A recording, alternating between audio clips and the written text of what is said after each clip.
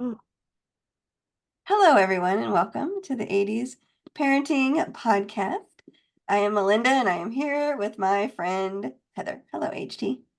Hello, friend Malinda.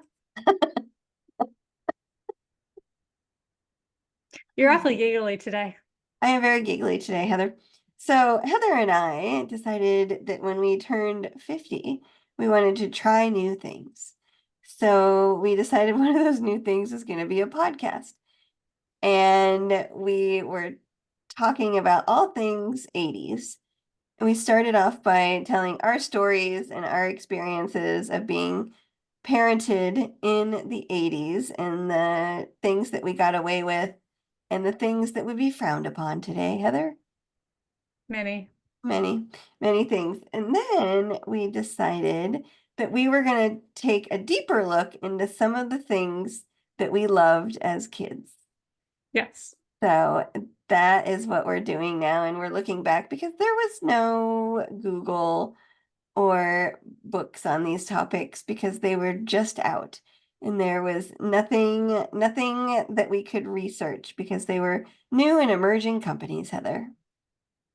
Yeah, they hadn't quite made it into the encyclopedia, No which Britannica. was our resource. Yeah. Yeah, we're asking like Judy down the street. Right. What Anyway, are we talking about today? today we are talking about Cabbage Patch Kids. Love me some Cabbage Patch Kids. So I might slip up and say dolls, but they wanted to be known as Cabbage Patch Kids or babies, Okay. not the DOLL word, Heather. Okay. And we'll get into that. All right. So I hate to start off this way, but it's kind of a crazy story that we as children had no idea what was actually happening behind the scenes at the old Cabbage Patch factory. I thought they were born in a cabbage patch. Well, they were. So let me.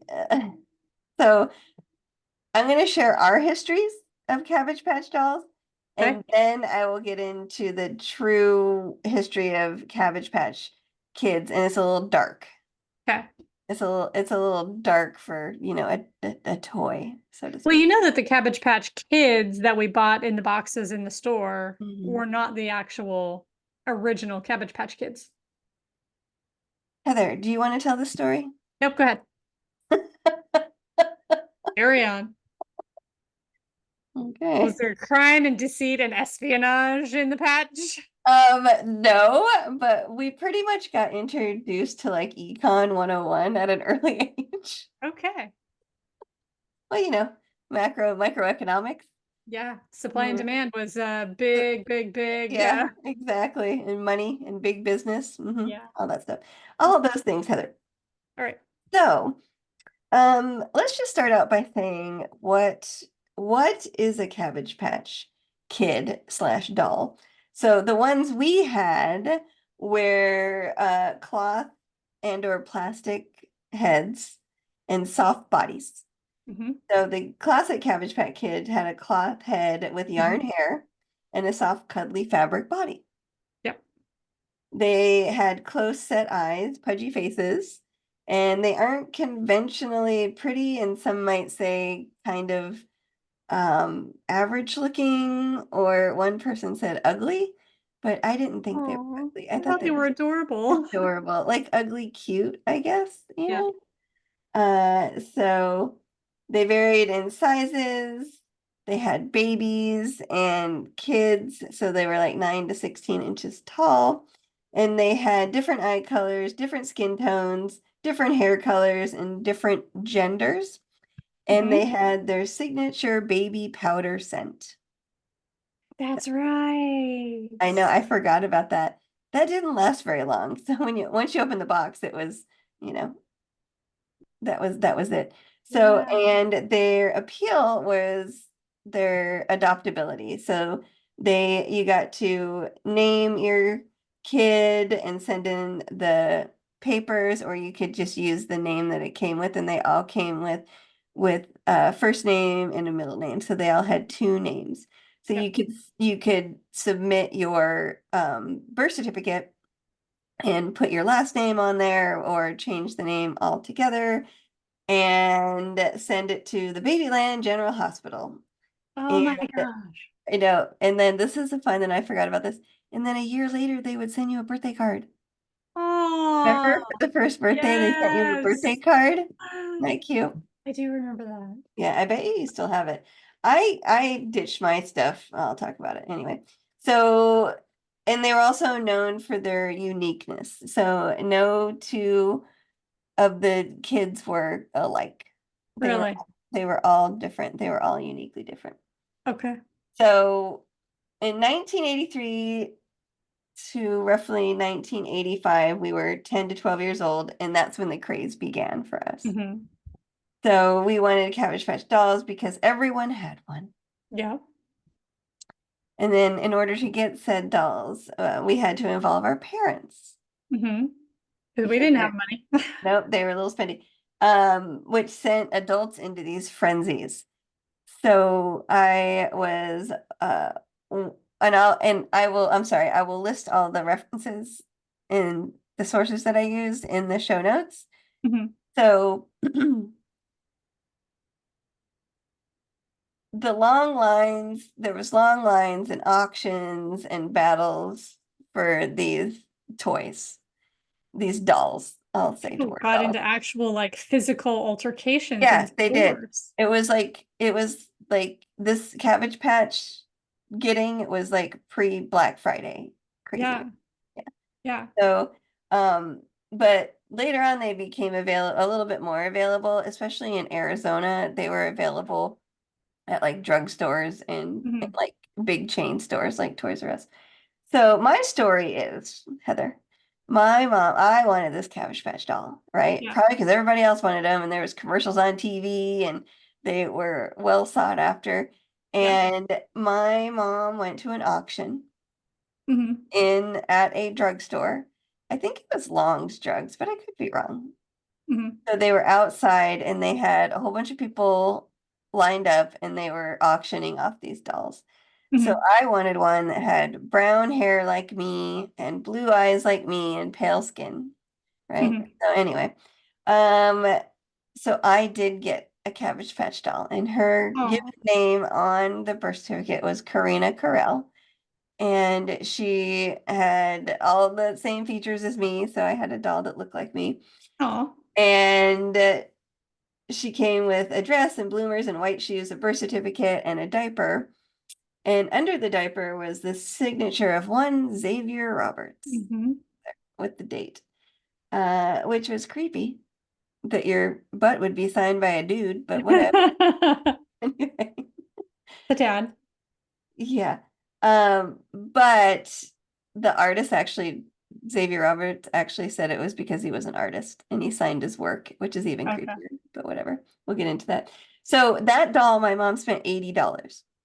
Wow. And $80 was a lot of money in the Hmm. early 80s, which $80 in 1984 is the equivalent of $241 today. Wow.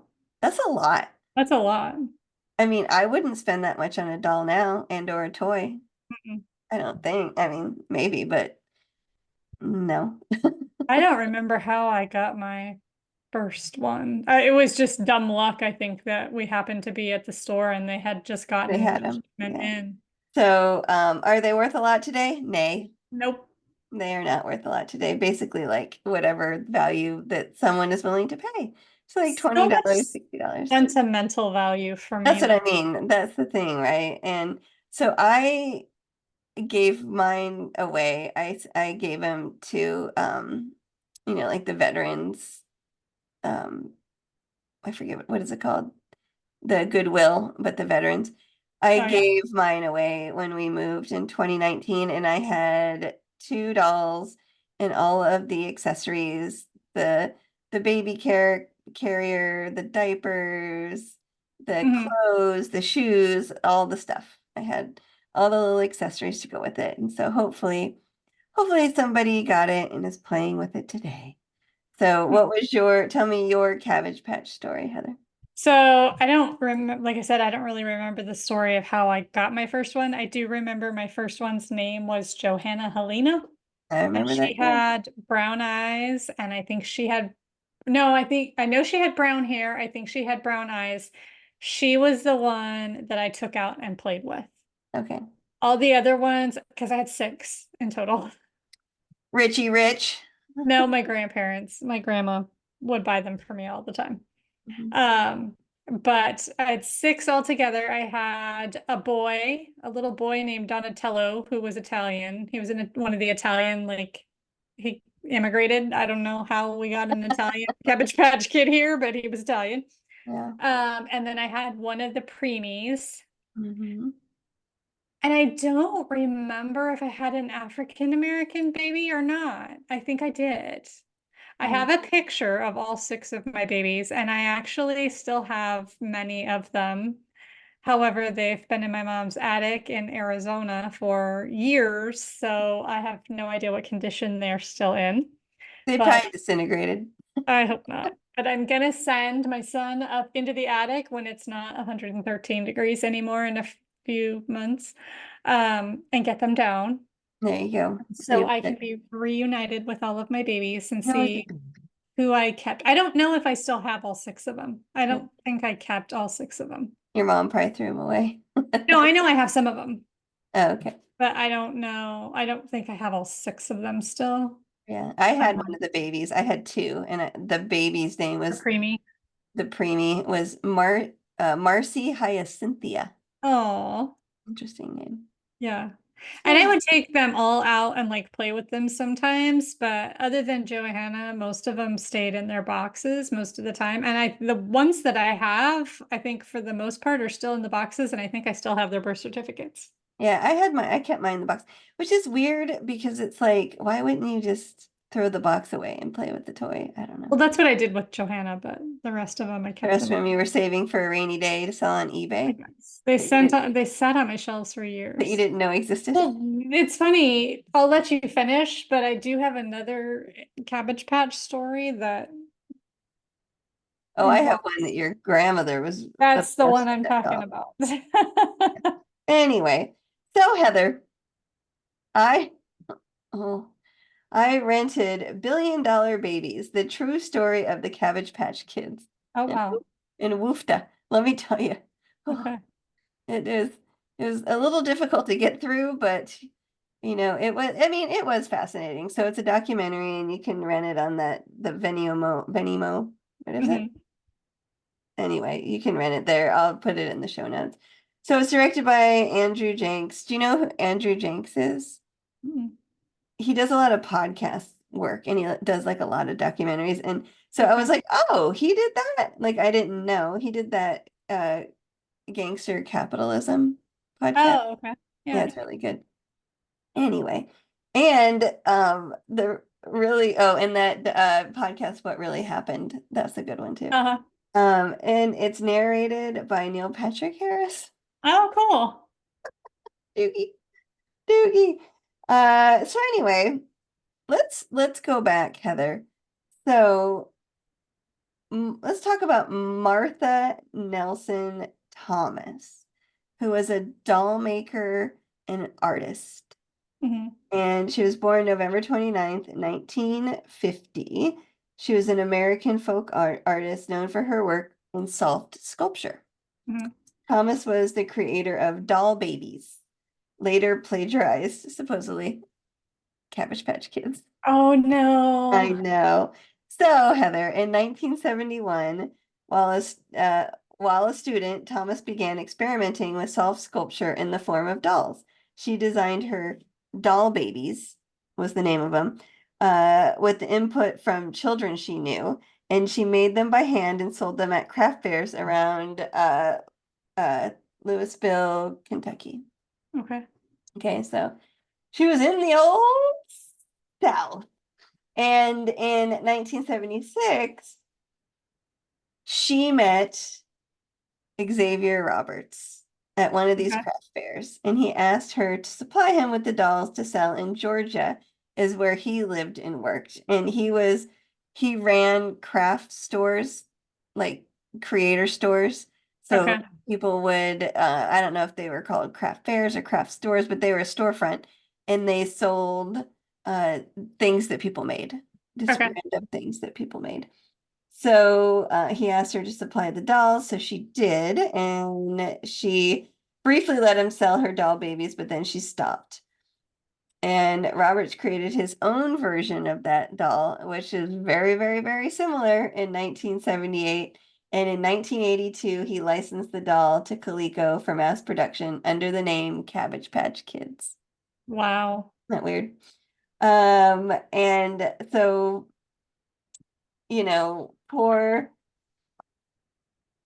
Martha.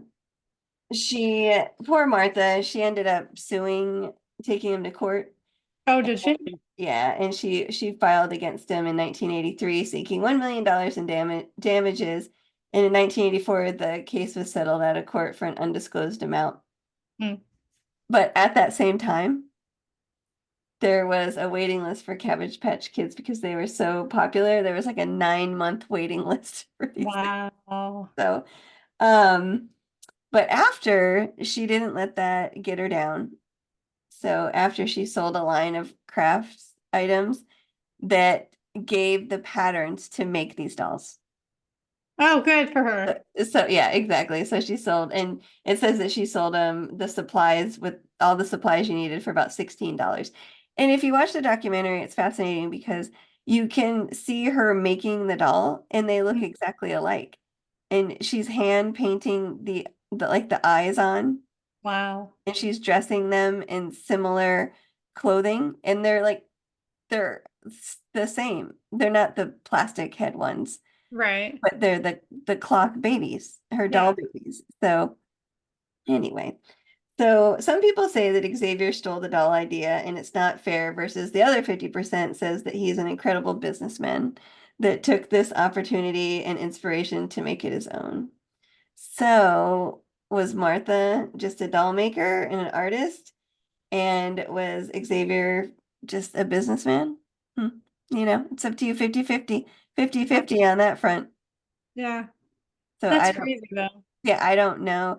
Like if you watch a documentary, I would say two things. One, yes, he probably did take the idea from her, Yeah. but Sounds so like does it. everybody else, right? Right. It wasn't patented, it wasn't anything.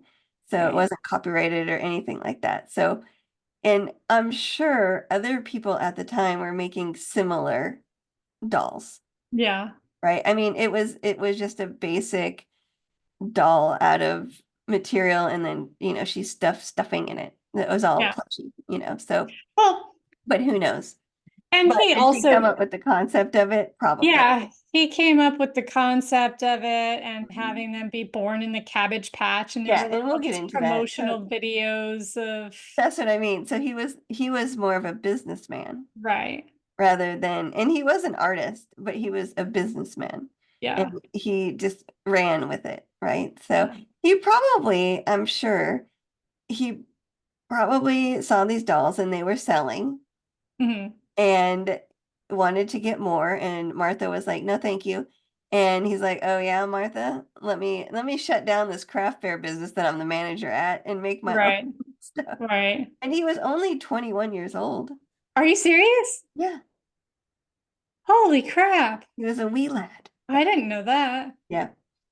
Oh, yeah, there's more. A little sneak preview. He they I'll tell you in a minute. So let's step back to 1970 when a young 21-year-old artist, I just told you that, combined his art skills of sculpting and quilting and developed his version of the Cabbage Patch Kid. He even opened a Babyland General Hospital of the Little People, which was trademarked. So they called them Little People Mhm. before they called them Cabbage Patch Kids, and I'll get into that. He had 400 employees when he was 22. Wow. Yeah. And he really admired Walt Disney and his work ethic and his dreamer mentality. So that was kind of his thing that he wanted to do. So, he was a dreamer, and he Yeah. just and he found something that he thought people liked and he would do. If you watch the documentary, you could psychoanalyze this, you know, to the end of time. but he never gives interviews, and he gave the interview for this documentary. Oh, And cool. along with his uh vice president, and they were so into it. It was kind of wacky. And Hmm. it was more of uh like actors that were Okay. employees at the Babyland Hospital. So the Babyland Hospital was in Georgia. I think it was Georgia. Anyway, I'll put that reference in the show notes. So he opened up a Babyland Hospital, and they would have this whole production. So this is whole. So the baby was ready to be born, and there was a baby born once an hour. Hmm. A Cabbage Patch. And he has a whole long spiel about how his mom told him a story about this Cabbage Patch and the kids grew there or something like that. Anyway, Hmm. whatever. You can look that up yourself if you want to look it up. I wasn't going to deep dive on that. So he would have the faux nurse. So they're all dressed up in outfits, nursing Hmm. outfits, doctors' outfits, and they would give them, do procedures on these dolls, and they would give them injections of TLC. Oh. So anyway, and so the nurse would take the Cabbage Patch Kid out of a faux cabbage that was Yeah. dilated, and they pulled the baby out, and then they Hmm. slapped it on the rear end, and then the nurse got it and wrapped it up and did all of its vitals and all that kind of stuff. And then they announced it to the whole warehouse that a baby had been born, and everybody cheers. So it's it's interesting. And nowadays we have things like Build a Bear. Right. It's kind of similar to that, or those jelly cats. Have you seen those? Yeah. The jelly cats where they wrap them up all cute Hmm. and stuff like that. So anyway, so that's kind of similar to what the production was today, but they still have the Babyland General Hospital. Really? And they would have emergencies come in. So if a kid like ripped the doll, or, you know, the hair came out or something like that, they would actually bring him up in an ambulance, put him on a stretcher, and bring them into the hospital and restitch them or rehair them or whatever they had to do to Oh, the wow. couch. So they took it really serious. Like it was like an experience Yeah. for kids. So So you could go like tour this place or see this place? oh yeah, you can still Oh, tour this place. Yeah. really? So Heather, in the 80s, what did we want? We wanted excess. Yeah. There was malls and shopping and credit cards and the extravagance of everything and trends and wars on spending. But you know, I'm really bad with dates, but Roberts and his friend, no wait, reverse that. Never mind. Anyway, let me go back. I'm tired, sorry. Take that out. 1 hour, 46 minutes. I got sidetracked because Paige is awake. Okay. So and his friend, Roberts and his friend Roger, I'm going to butcher this name, Schleffinger, Schlaifer. He was an American graphic designer, writer, and a licensing agent. Okay. And this guy is also in this documentary, and he is funny. He is Yeah. hilarious. So he was a creative development for the Cabbage Patch Kids because, like I said before, they were called Little People. So he's like, Right. no, you can't keep that name. So they renamed them Cabbage Patch Kids. And then he sold them to Coleco Industries in 1982 to mass produce these dolls. So Okay. this kid was like 21, 22 years old and brilliant. He That's knew that crazy. he had to change the name, so he reached out to his friend Roger. They came up with Cabbage Patch Kids. And he went to Coleco, sold the idea to Coleco to mass produce the dolls, which originally were handmade. They sold for $100, but Coleco was going to sell the dolls for $35 to $45. And by the end of 1983, around 3 million Cabbage Patch Kids had been sold already. Wow. Yeah, and Coleco before that, they were known for above ground swimming pools Uh-huh. and like table games, like Okay. table games and stuff like that. Yeah. Mostly electronic toys. Do you remember ColecoVision? Yeah. Remember that? It was the second generation of home video game consoles, and their best-selling game was Donkey Kong, it says. So, but it was discontinued in 1985. And they remember the personal computer Atom Hmm. by Coleco? It Yeah. didn't it didn't last long. So Yeah. now they were in the doll business, Heather. And Coleco had figured out how to make one-of-a-kind mass-produced products because no kid could be alike, according to Xavier. So they brought in two toy designers, Judy and Artie Albert, and they made plastic molds that could be mass-produced with slight changes, like the Oh, eye okay. color, face color, put freckles on there. So they made these molds so they would interchange everything so that you could have, blonde hair, blue eyes, brown hair, blue eyes, Right. brown, All the different all the combinations. different combinations. And then, so Coleco would then issue press releases that thousands of people would show up to, and they would line the streets. So they would say, like, oh, we're going to release 112 dolls on this day at Macy's. And that's Yeah. when the frenzy began. Yeah. So they kind of were deceitful, I guess you would say, and telling people in these press releases that all these dolls were going to be available. So thousands of people would line up and then they would fight over them. Right. So that whole supply and demand thing. Yep. And so